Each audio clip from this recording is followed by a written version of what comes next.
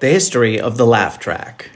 If you've ever watched a sitcom, chances are you've heard a laugh track.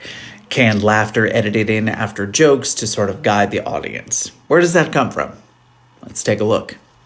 Funny enough, TV laugh tracks didn't start originally in TV. They started in radio. The first known use of canned laughter was during the Bing Crosby Chesterfield show.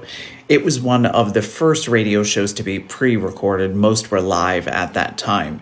Comedian Bob Burns appeared on Crosby's show, and many of his jokes were edited out of the broadcast, but the sound engineers kept the audio of the jokes and the laughter.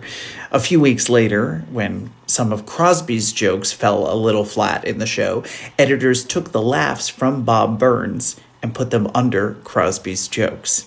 The hop to television came from Charlie Douglas, who was a radio sound engineer and eventually a television sound engineer. He patented what he called a laugh box, which was a machine that contained 320 different sorts of laughs that can be inserted post-production. It was sort of like a musical instrument where he would play it by stepping on pedals to slow up or speed up different laughs. The very first show to use that was the Hank McCune Show. And while the Hank McCune Show only lasted for 3 months, it became the springboard for the modern laugh track. Now, where did those laughs come from? Douglas recorded them from different TV studio audiences, but wouldn't there be dialogue? Good question, me. No. Douglas recorded mostly silent performances by people like Red Skelton and mime Marcel Marceau. Douglas quickly became the go-to for laugh tracks, and it soon became a staple of 70s, 80s, and 90s sitcoms.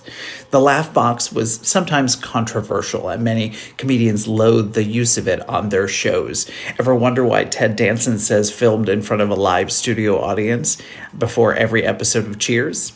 It was because creator James Burrows refused to use a laugh track for the show. He wanted to show that it was a real audience laughing, although in later interviews he talked about using the laugh box on occasion to sweeten some of the jokes and tighten those up.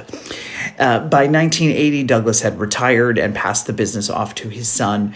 Charles Douglas died in 2003, and by then, Laughbox was sort of phased out in favor of digital use. But it was Charles Douglas that pioneered this vision. We have him to thank for the modern sitcom. And that's what you need to know about the history of the laugh track.